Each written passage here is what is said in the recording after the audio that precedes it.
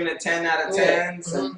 Now, so you gotta get right to it. Like, especially since, I am a Sony, like I said, person. And, like, I, internship with Sony, all that stuff. Like, I am Sony. Like, which is very surprising you gave it a 9. I gave it a 9 because I have to be realistic for it. Because here's the problem. Here's the problem of the game. Now, the story, amazing. Like, you felt like you were part of it. It felt like one long blockbuster movie. I'm talking from start to finish. You were there. You were right there, and you were just kicking people's asses. You were just dodging bullets. You were riding on a freaking horse. Like, everything that you wanted to jump from a horse. The one scene where you're jumping from a horse onto the back of a truck, and then you have to jump off the truck and go right back onto a horse. Yeah, amazing. I love that. Like that shit, like no other fucking game's doing that. Like that right there is amazing.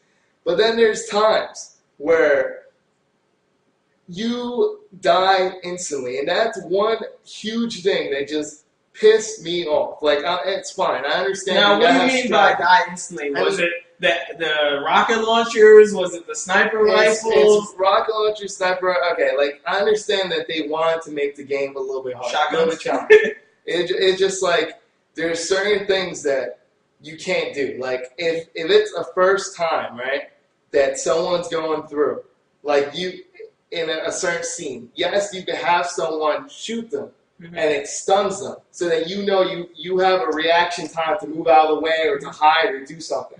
Not this game. This game was unforgiving. When you walked out somewhere, there'll be a rocket launcher or something, RPG, something that you did not see, and it'll kill you. One hit, you're dead. There's snipers, they're out there, one hit, you're dead. That got me upset. I can definitely understand, though, how the game was really structured was really a lot of trial and error. I did notice, like, certain parts, they want to be all cinematic, but, when you fall off the cliff or you miss a platform for the 10th time, and you're watching that whole entire, cinematic experience again, that really can, alter your experience. But at the same time,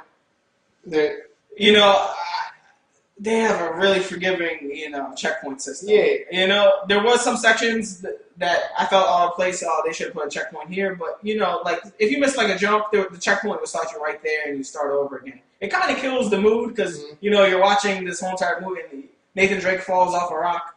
It kind of kills it for you. But at the same time, I can be a little bit more forgiving of that. But I can see the one thing, though, there's another thing that got me upset with the game. Is when you're jumping, or how about when you're climbing, and you're reaching for another spot. Now, there'll be a time where Nathan Drake, leans over, you press a button, and he misses the fucking wall. He reached for it at first, so it's making you think that he's going to get it. All you could do is press the button, I think it's X, to jump. Or no, triangle, I think. So all you could press is the button that tells you to press. There's nothing else you can do. You can't control how he grabs it. All you do, you lean to the side that he has to grab, and you press it, and that's it. And he misses it, and you can't control that. There's so many times where you literally have to wait until he goes like this and leans completely over, and then press it, and he'll jump and grab it. The thing is, you can't tell sometimes when, like, what he's facing, what he's going to grab. And so there's been times where I was aiming for something, he jumped on the one lower. And it makes no sense. And then there's times where you can't tell, like, on the edge, it says to drop or not. Like, you have to drop there. Do I press circle to drop down? Or am I pressing, like, the other button to try to hop over? Like, it doesn't explain things. That gets me a little frustrated.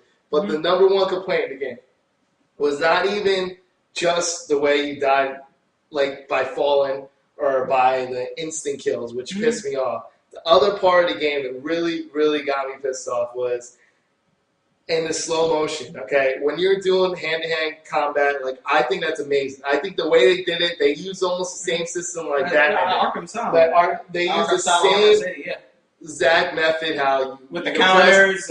You press square, you can even grab the person and shove them into the other person, and you're fighting. And you have to dodge it, and you counter, press triangle. It's the same exact system. The only difference between the two systems is when you do a Batman, there's people who are shooting you. They can't do what they do here. When you're in a slow motion effect, everything has to be slow motion. How the hell are snipers behind me aiming at me and shooting me full speed while I'm in slow motion against someone else. That got me aggravated. There'll be times where you'll be double teamed by two guys with armors and shotguns while they're snipers. Okay, I can't block and hit them. I can't shoot them and kill them because it takes a while to kill them. But the difference there being what I did in those sections where people are sniping me and I'm trying to melee, I stopped and I just shot. Because that's how you have to do. There's nothing else you can do. No, if you can't fight them, you get shot. The thing is, arguably, like, you gotta... There's no gun. Batman doesn't have a gun. Yeah, but I'm saying, like, it's different. Like, so I kept tumbling. And you know, you do add strategy. Don't get me wrong. Once you formulate strategy, as you said, the way the game works is that you have to die a couple times. It's impossible for you not to die a couple times because you have to know where things are coming. It's like, it's not one of those games where you can go perfectly through a game without dying because there's stuff that you'll never know that's coming. Yeah.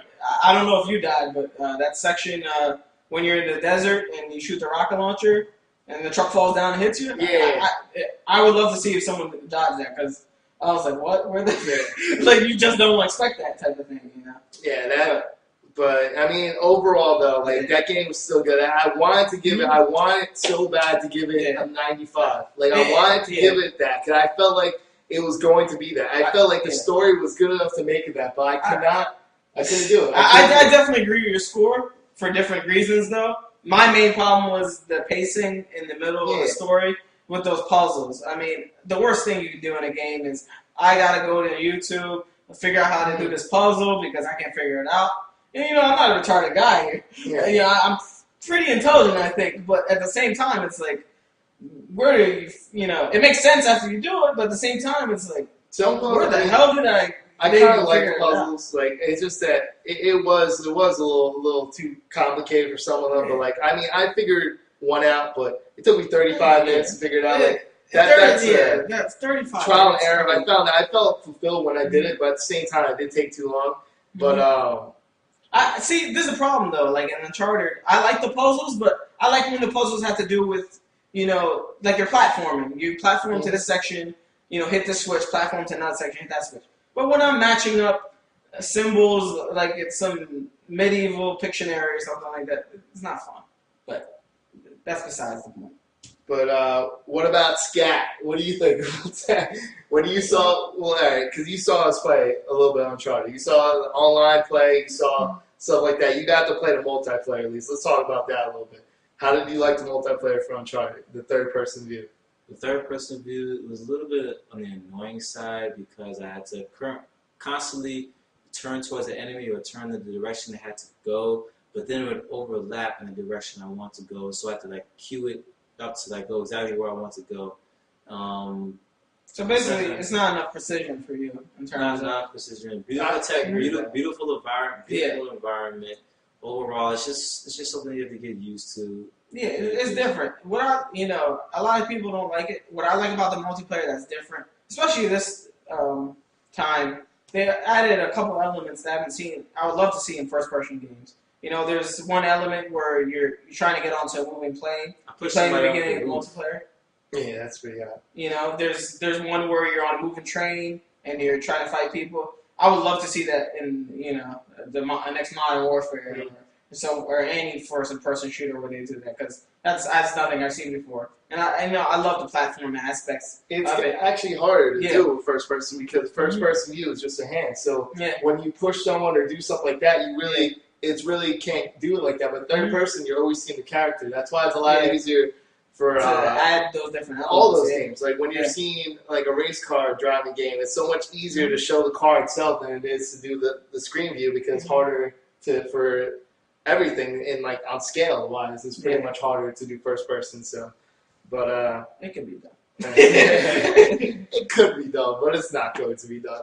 Alright, well, that's pretty much it for Uncharted 3. I mean, I wish I could have gave it 95. I really do, but it's 90, dude. It's 90 all the way. Like, there's no if, buts about it. Like, I feel like they could have I'm going to hate to see the comments for your review, but have fun. It could have been great. It could have been great. And I'm a little disappointed. Like, I wanted to give it a 95. So I definitely, though, for that game, I think I got the closure I needed. I really wouldn't want to see another Uncharted game. Well, I think the formula, I mean, I don't want to give any spoilers, but the formula is very There's gonna tried be. and true. The way they It's ended very it, tried and true to, I mean, exactly, tried and true to the formula of all three games, if you look at it, you know? but there could be. The way they left it open, so they could be a new one, could not be. Who knows? It could be a perfect ending. It could be a, it's whatever. But I hope they leave it at that because, what more can they do? Right. I don't know if anyone played the cruise ship, but I don't know what the hell you're going to do after that. That was amazing. But, So, it felt like, if you were to think about it, as long as the story is what carried that game. That game was a nice blockbuster story. You sat there and you felt like a long adventure. So, which is just like the next game we're going to talk about. At least the movie was an adventure. Let's see if the game lived up to how the movies went. I'm a huge Lord of the Rings movie person. I am but too. as for the game, how did the game stack up to the movie? Because there was previous Lord of the Rings games. I played some of them. I played some of them too. I liked them. They're okay. But, Yeah, to me, this is definitely the best one out of the series in terms of Lord of the Rings game. But on a side note, I really have to talk about this game on another level.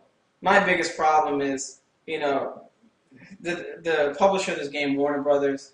Why did they put this game out now? They should have waited maybe after the holiday season, maybe release it in the summer. But you're going to release this RPG when you have Skyrim coming out this Friday.